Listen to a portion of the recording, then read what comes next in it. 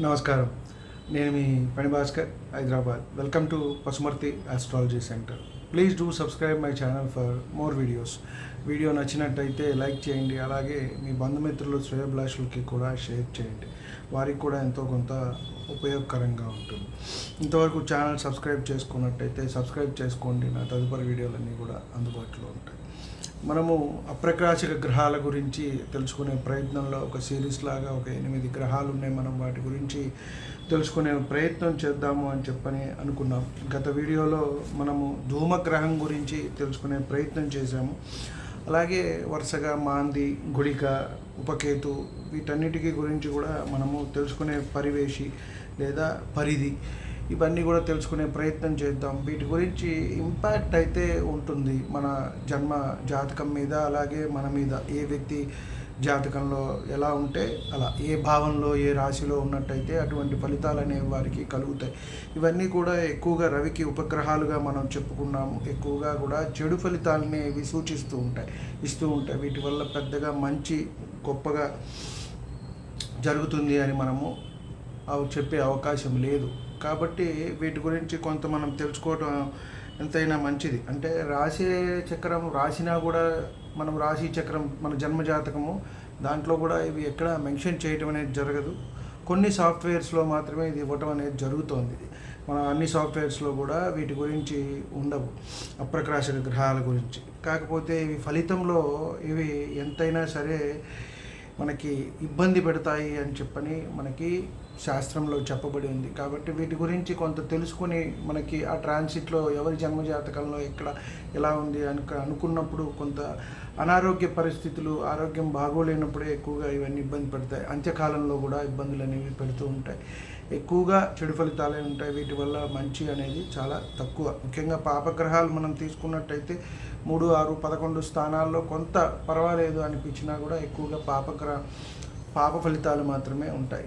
ఈ వీడియోలో మనం మాంది గ్రహం గురించి తెలుసుకునే ప్రయత్నం చేద్దాం. ఇవి ద్వాదశ భావాల్లో ఉన్నప్పుడు, లగ్నం నుంచి మనకి ద్వాదశ భావాల్లో ఉన్నప్పుడు ఫలితాలు ఏ విధంగా కలుగుతాయి అనే విషయాన్ని మనం తెలుసుకునే ప్రయత్నం చేద్దాం. ముఖ్యంగా లగ్నమందు ఉన్నప్పుడు చాలా క్రూరత్వము, అన్నీ కూడా ఇబ్బందులు, ఇలాంటి క్రూరుడు ఎక్కువగా కూడా మనం వింటూ ఉంటాం. వీడు చాలా క్రూరంగా ఉన్నారా వీరు అని చెప్పని మనం వింటూ ఉంటాం. కాబట్టి ఇటువంటి ఎక్కువగా ఇబ్బందులు అనేవి కలుగుతూ ఉంటాయి. అలాగే వినయం లేకపోవటం, పెద్దల పట్ల గౌరవం లేకపోవటం ఇవన్నీ కూడా ఉంటాయి. కాస్త వేదశాస్త్రములందు అంటే మనం ఏదైతే చెప్తామో ఇంట్లో వారు వీరు దాని పట్ల కూడా వారికి పెద్దగా మంచి భావన అనేది ఎక్కువగా ఉండదు అని చెప్పని మనం చెప్పవచ్చు.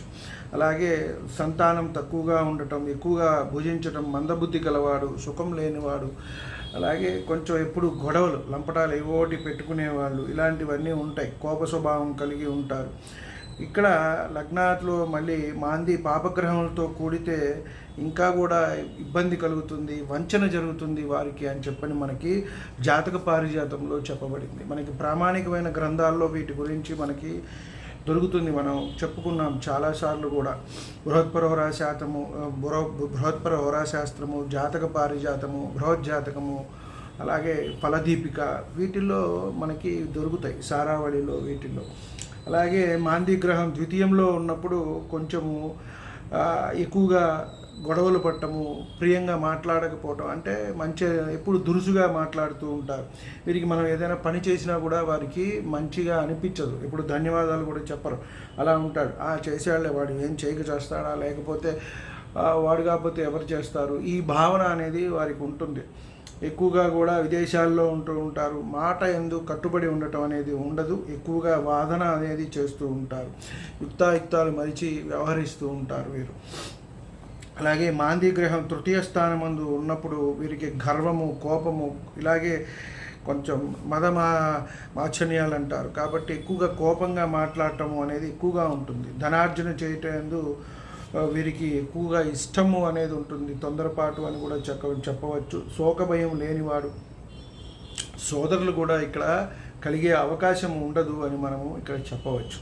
అలాగే మాందీ గ్రహం చతుర్థ స్థానం అందు ఉంటే ఇక్కడ కూడా వీరికి విద్య అంతగా రాకపోవటము, విద్యలో రాణించలేకపోవటము అనేది ఉంటుంది. ధన గృహ సుఖ బంధువులు కూడా లేనివాడు అని మనం చెప్పవచ్చు. అంటే వీరికి వాటి పట్ల ఇబ్బందులు ఎక్కువగా కలుగుతూ ఉంటాయి. అయిన వాళ్ళు అంటూ లేకపోవటం, ఉన్నా కూడా వాళ్ళని దూరం చేసుకోవటం ఈ రకంగా ఉంటుంది. దేశాటన కూడా చేస్తూ ఉంటారు కొంతమంది. మనం చూస్తూ ఉంటే ఆ ఊళ్ళు ఈ ఊళ్ళు పట్టుకొని తిరుగుతూ ఉంటారు ఎక్కువగా.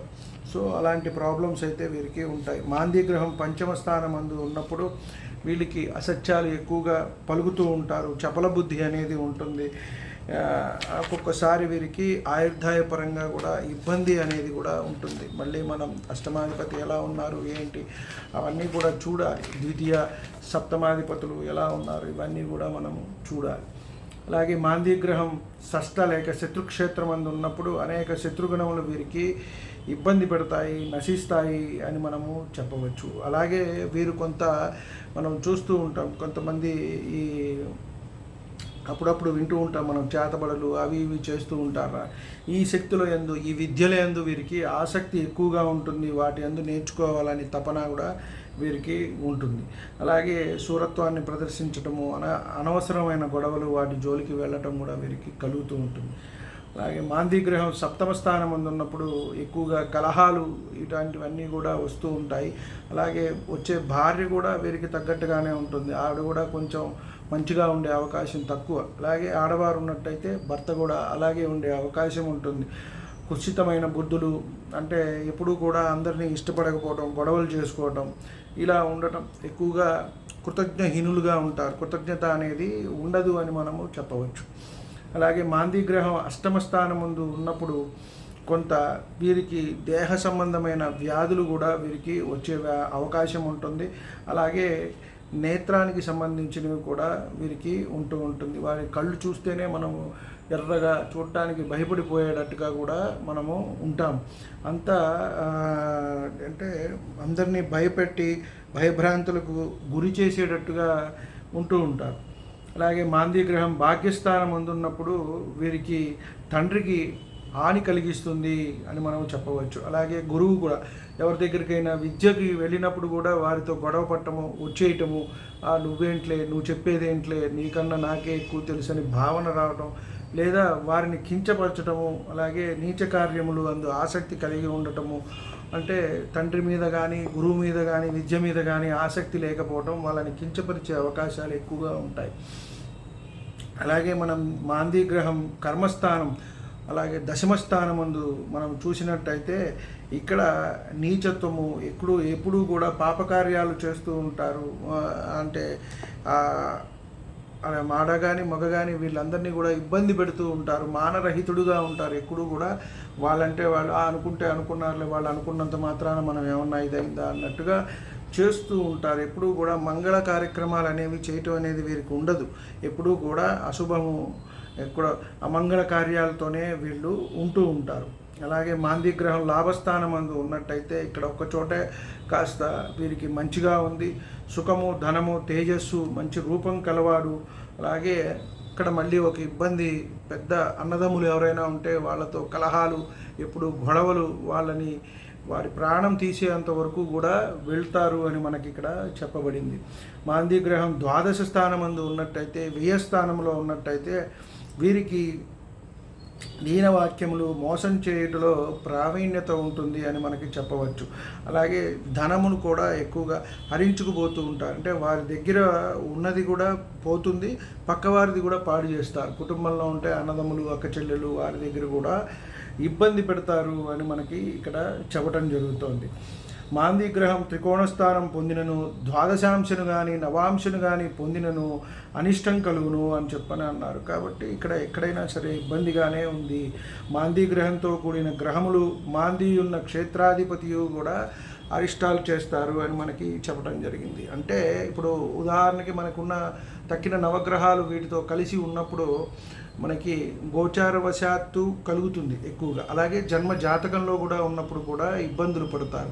అలాగే ఆ రాశ్యాధిపతి కూడా, ఉదాహరణకి మాందీ గ్రహం మేషరాశి నుంచి మీనరాశి వరకు ఎవరో ఒకరితో కలుస్తుంది ఆ రాశ్యాధిపతితో, కాబట్టి అప్పుడు వారు కూడా ఇబ్బందులే పెడతారు అని మనకి చెప్పబడింది. అంటే ఇక్కడ చూసుకున్నట్టయితే మనకి ఇక్కడ లగ్న పంచమాధిపతులు కానివ్వండి, అలాగే కేంద్ర కోణాధిపతుల కలయిక వల్ల కలిగే విశేషమైన రాజయోగాలు కానివ్వండి, ఇవన్నీ తగ్గడం అనేది ఇక్కడ జరుగుతుంది. వాటి వల్ల మనకి వ్యతిరేక ఫలితాలు వస్తాయి అని మనకి ఇక్కడ చెప్పడం జరిగింది. కాబట్టి ఈ మాందీ గ్రహం కూడా కొంత ఎక్కువగా ఇబ్బందులే మనకి ప్రతి భావంలోనూ కూడా కలుగుతున్నది అని మనకి ఇక్కడ తెలుస్తున్నది. వీడియో నచ్చినట్టయితే లైక్ చేయండి. మీ ఇన్ఫర్మేటివ్గా ఉన్నదనుకుంటే మీ బంధుమిత్రులు శ్రేయోభిలాషులకి కూడా షేర్ చేయండి. అలాగే హైదరాబాద్లో మనము ఆఫ్లైన్ కన్సల్టేషన్ కూడా స్టార్ట్ చేయడం జరిగింది, మోహన్ నగర్, కొత్తపేట. అలాగే 9985078768 నెంబర్కి ముందుగా అపాయింట్మెంట్ తీసుకుని కానీ లేదా వచ్చేటప్పుడు ఫోన్ చేసి కానీ రావచ్చు. కాబట్టి హైదరాబాద్ చుట్టుపక్కల ప్రాంతాల వారు ఆఫ్లైన్ సర్వీసులు, అలాగే ఇండియాలో ఇతర దేశాల్లో వాళ్ళు ఆన్లైన్ కన్సల్టేషన్ సేవల్ని ఎప్పుడూ కూడా పొందవచ్చు. వాట్సాప్ నెంబర్ సేమ్ నెంబర్ 9985078768కి వాట్సాప్ చేసినట్టయితే డీటెయిల్స్ అవన్నీ కూడా మనము అందుబాటులో ఉంటుంది. జ్యోతిష సేవలు వినియోగించుకోవచ్చు. ప్రస్తుతం అమెరికా, కెనడా, ఇండియాలో వాళ్ళు వీటి సేవల్ని వినియోగించుకుంటున్నారు. నమస్కారం.